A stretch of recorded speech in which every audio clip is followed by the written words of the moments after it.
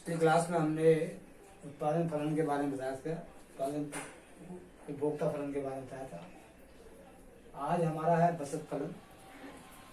उपभोक्ता फलन में मैंने बताया था सी फंक्शनल वाई, सी फंक्शनल वाई। इसका मतलब यह है कि सी और वाई के बीच में जो संबंध है, फलनात्मक संबंध है, उसको हम उत्पादन फलन, उपभोक्ता फलन कहते हैं। आज हमारा है बचत फलन। बचत फलन को हम दिखाते हैं एस फंक्शनल वाई। एस यहाँ पे बचत है, वाई हमारी आय है। तो आय और बचत के बीच में जो फलनात्मक संबंध है उसको हम कहते हैं बचत फलन। तो हमेशा जैसे जैसे हमारी आय बढ़ती है वैसे वैसे हमारी बचत बढ़ती है, और जब हमारी आय बहुत कम होती है तो या जीरो होती है, उसमें हमारी बचत निगेटिव होती है। जैसे एक टेबल दिखाया हम, ये हमारी आय है और ये हमारा व्यय है और ये हमारी बचत है। तो आय हमारी जीरो है और व्यय हम 50 रुपये दिखा रहे हैं, तो हमारी बचत जो होगी -50 होगी। और सेकंड कंडीशन में हमारी आय 100 रुपये होगी और ये भी 100 होगी, तो यहाँ पर हमारी बचत 0 हो जाएगी।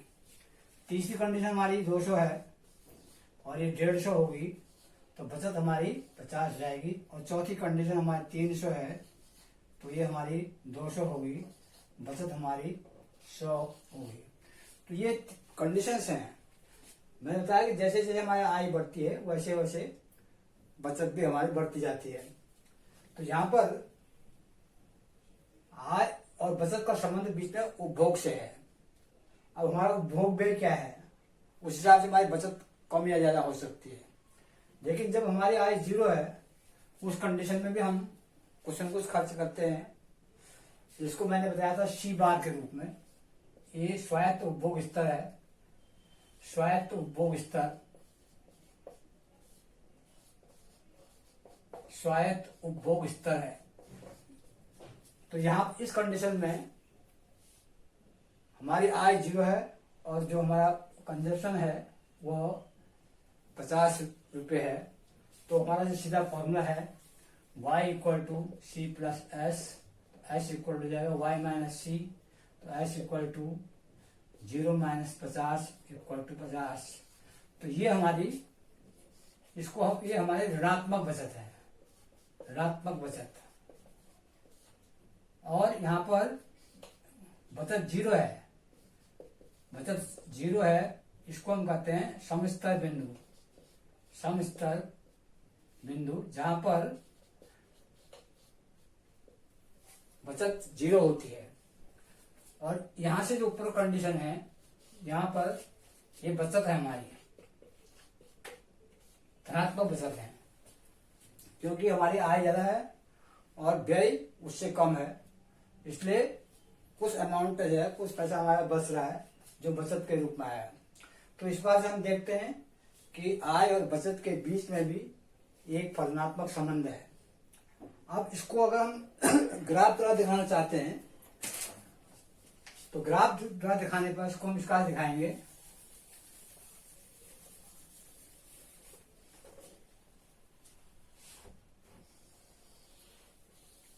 ये हमारी आय है और यहाँ बचत है हमारी। अब यहाँ पर जो है हमने दिखा गया 50, 100, 150, 200, और यहाँ पर हम ये माइनस में आएगी बचत, क्योंकि माइनस में बचत है, -50, -100। तो अगर हम इसको ग्राफ द्वारा दिखाना चाहते हैं, तो पहली कंडीशन हमारी, जहां पर आय 0 है और बचत माइनस है, ये है, यहाँ पर ये पॉइंट है, ये पहला पॉइंट है, इसको हम अब बचत कहेंगे या ऋणात्मक बचत कहेंगे। उसके बाद दूसरी जो कंडीशन है वो 100 पर है, यहाँ पर 100 यहाँ पर है, ये 100 है यहाँ पर। तो ये ग्राफ हमारा इस प्रकार जाएगा, बचत का ग्राफ जाएगा, इस प्रकार जाएगा। तो यहाँ पर नेगेटिव बचत है और यहाँ पर पॉजिटिव बचत है, और यहाँ पर s = 0 है। तीन कंडीशंस हैं, ये पॉजिटिव बचत है, ये नेगेटिव बचत है, और ये यहाँ पर जो बचत है वो 0 है, इसी को हम कहते हैं ब्रेक इवन पॉइंट या समस्तर बिंदु। तो इस प्रकार से जो हम देख रहे हैं वो कि जैसे जैसे हमारी आय बढ़ती जाती है वैसे वैसे हमारी बचत बढ़ती जाती है, लेकिन जब हमारी आय 0 होती है या व्यय से कम होती है उस समय हमारी जो बचत होती है वो ऋणात्मक होती है। और जिस बिंदु पर आय और व्यय बराबर हो जाते हैं वहां बचत 0 हो जाती है, और जब हमारी आय बढ़ जाती है और व्यय से ज्यादा होती है उस कंडीशन में हमारी कुछ मात्रा में बचत होती है। उसके बाद हम देखते हैं बचत प्रवृत्तियां।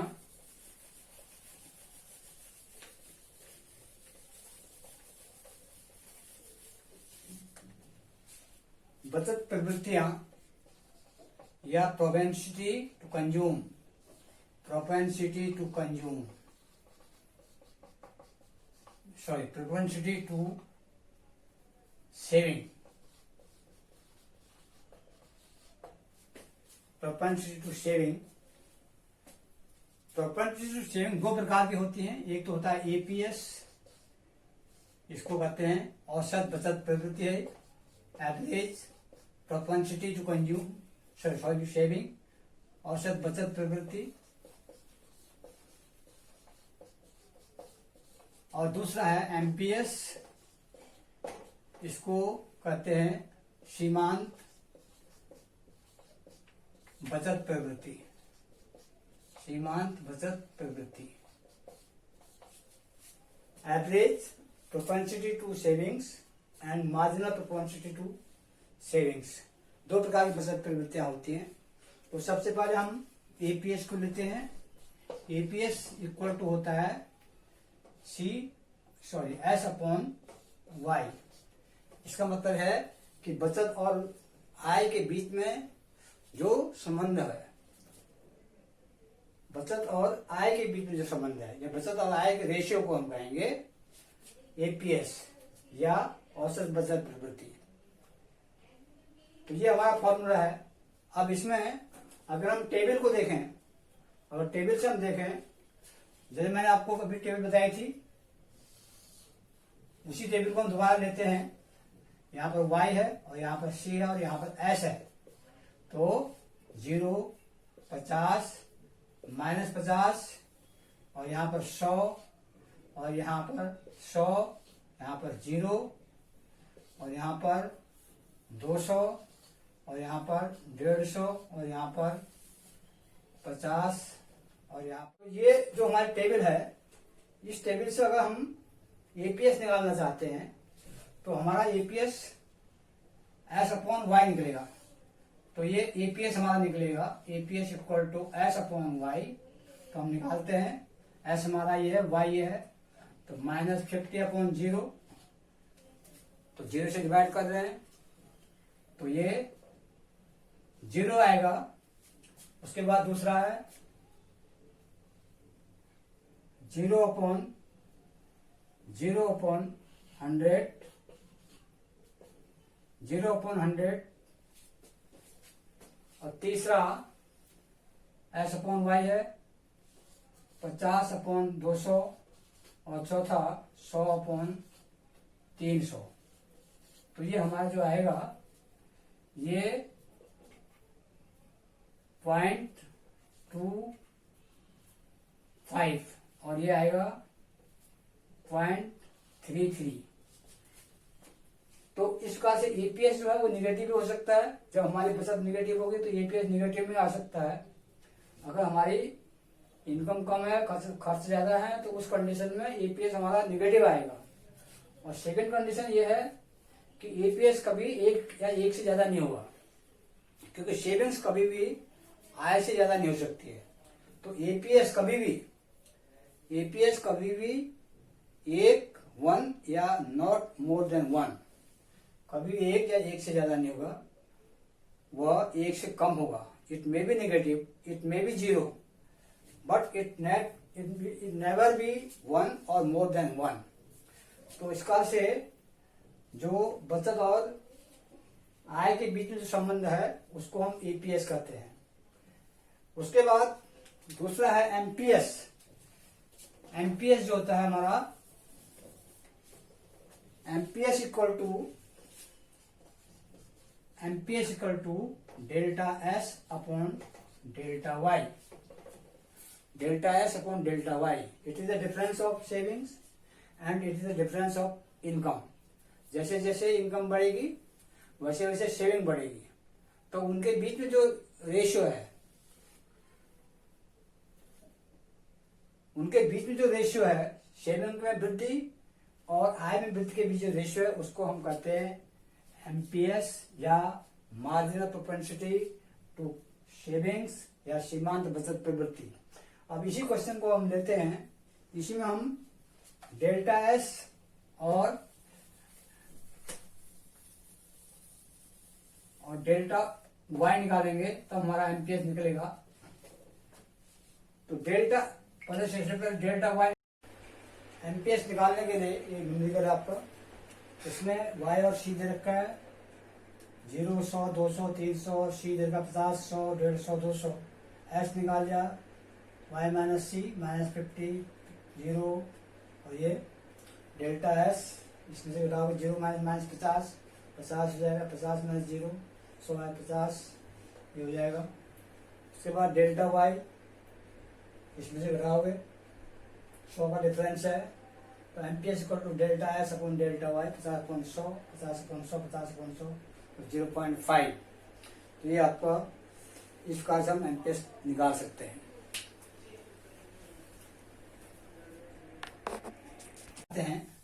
ग्राफ में क्या शो करेंगे हम उसको भी दिखा सकते हैं। इसके लिए हम शेविंग ग्राफ बनाएंगे।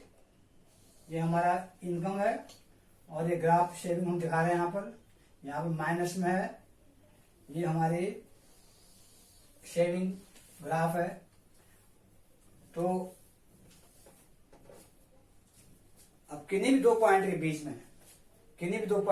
में मान लीजिए इस पॉइंट और इस पॉइंट के बीच निकालना है, इस पॉइंट और इस पॉइंट के बीच हमको निकालना है।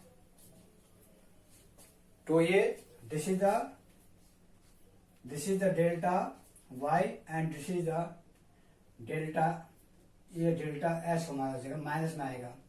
ऐसे ही यहां पर भी निकाल सकते हैं, ये हमारा हो गया और एक पॉइंट ये हो गया, इस पॉइंट बीच में निकालना है। This is the delta S and this is the delta Y, और ये हमारा एमपीएस निकल जाएगा। इसमें इस कार से एमपीएस और एपीएस दोनों निकाल सकते हैं। किसी पॉइंट पर अगर हमको एपीएस निकालना है तो ये हमारा एस है और ये हमारा ये वाई है और ये हमारा एस है, तो एस अपॉन वाई वो हमारा निकल जाएगा, और delta S upon delta Y वो हमारा एमपीएस निकल जाएगा। ये आपकी बचत प्रवृत्तियां हैं, औसत बचत प्रवृत्ति और सीमांत बचत प्रवृत्ति। उसके बाद इसमें जो संबंध है एपीएस, एमपीएस, एमपीसी और एपीसी में संबंध, एमपीसी तथा एमपीएस में संबंध।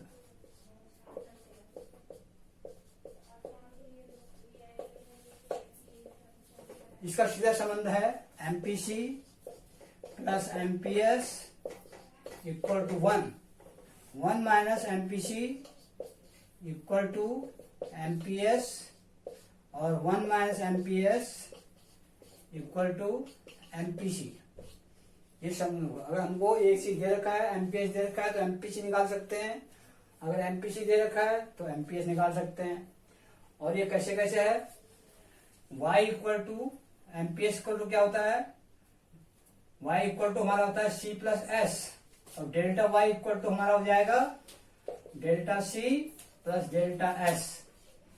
अब इसको हम डेल्टा y से डिवाइड करेंगे। डेल्टा y से डिवाइड करो, डिवाइड बाय डेल्टा y, तो delta y upon delta y equal to delta c upon delta y plus delta s upon delta y। तो इससे कट जाएगा, वो एक आ जाएगा 1 equal to delta c upon delta y, and y से y कट गया, 1 equal to delta C upon delta Y MPC होता है और delta S upon delta Y होता है एमपीएस। तो ये हमारा फॉर्मूला बन जाएगा MPC plus MPS equal to 1 या 1 upon 1 minus MPC equal to MPS, 1 minus MPS equal to MPC. इसका से ये हमारा this is the relation between MPS and MPC. Now relation between APS and APC. APS और APC में relation है APS APC plus APS equal to 1, 1 minus APC equal to APS और 1 minus APS equal to APC. तो ये हमारा formula बन गया, 3 फॉर्मूले बन गए। अगर हमको एपीएस दे रखा है तो एपीसी निकाल सकते हैं, एपीसी दे रखा है तो एपीएस निकाल सकते हैं। अब ये कैसे कैसे आया, इसके लिए फॉर्मूला हमारा वही है, y equal to C plus S होता है। अब इसमें डिवाइड बाय y करेंगे, divide by y on both sides, दोनों साइड डिवाइड करेंगे तो ये हो जाएगा y upon Y equal to C upon Y plus S upon Y. Y से y कट गया तो ये हमारा आ जाएगा 1 equal to C upon Y होता है एपीसी और एस अपॉन वाई होता है एपीएस। तो इस प्रकार से हमारा ये फॉर्मूला बन जाएगा एपीसी और एपीएस। तो ये हमारा एपीसी और एपीएस में संबंध, एमपीसी और एमपीएस में संबंध। अब हमको अगर कोई चीज दे रखी है तो सब निकाल सकते हैं। उसके बाद उपभोग समीकरण हमारी, उपभोग समीकरण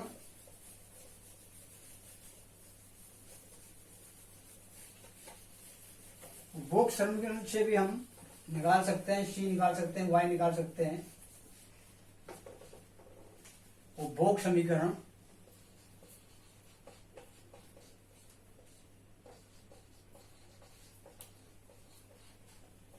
ये फॉर्मूला होता है C equal to C bar plus B Y. ये हमारा समीकरण है सी इक्वल टू सी बार, जहां पर सी जो है वो उपभोग व्यय है, उपभोग व्यय,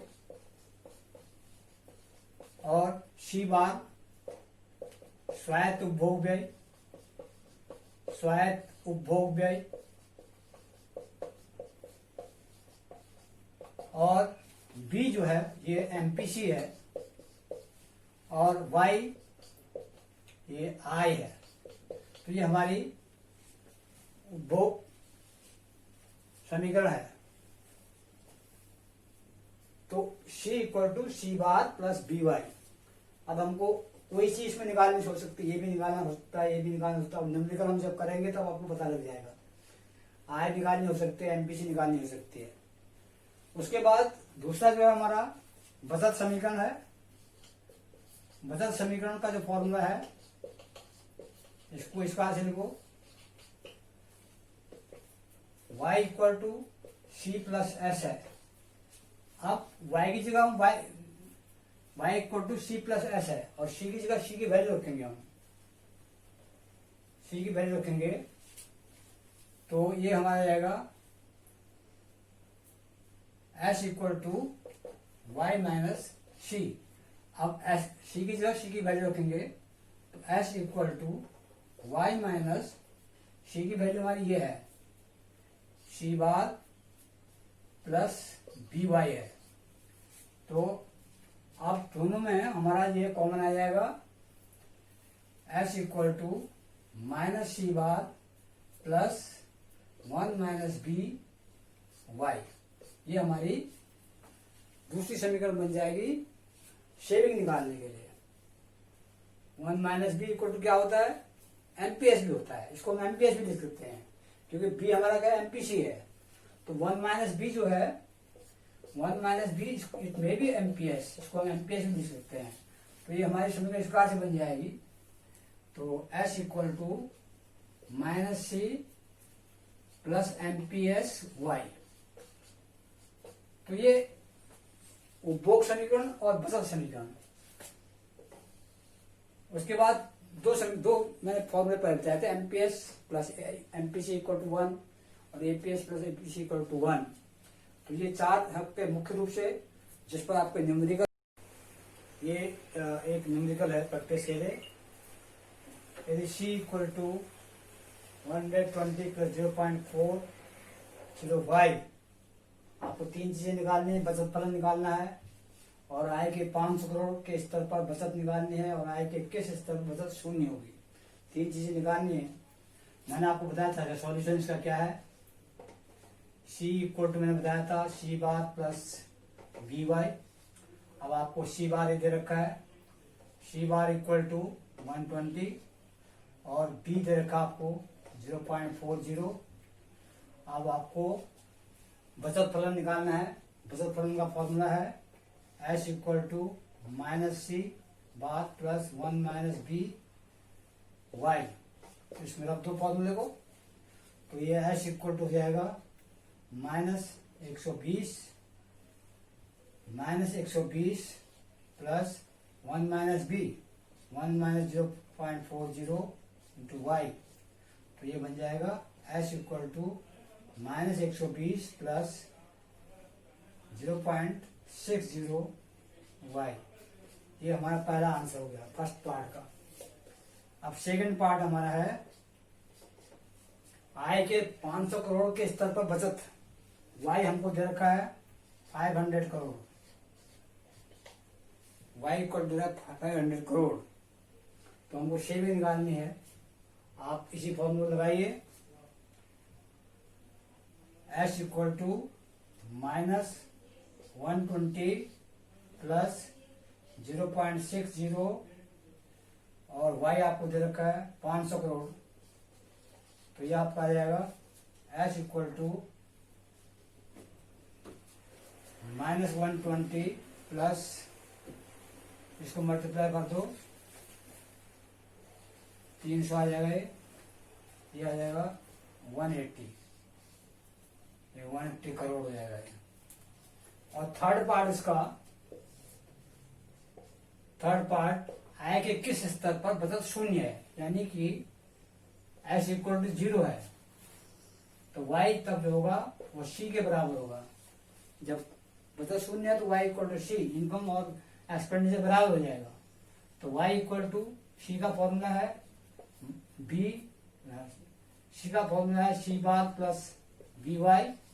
अब इसमें रख दो, तो ये हो जाएगा वाई इक्वल टू सी बार हमको दे रखा है 120 और बी हमको दे रखा है 0.40 और वाई हमको निकालना है। तो ये वाई माइनस 0.40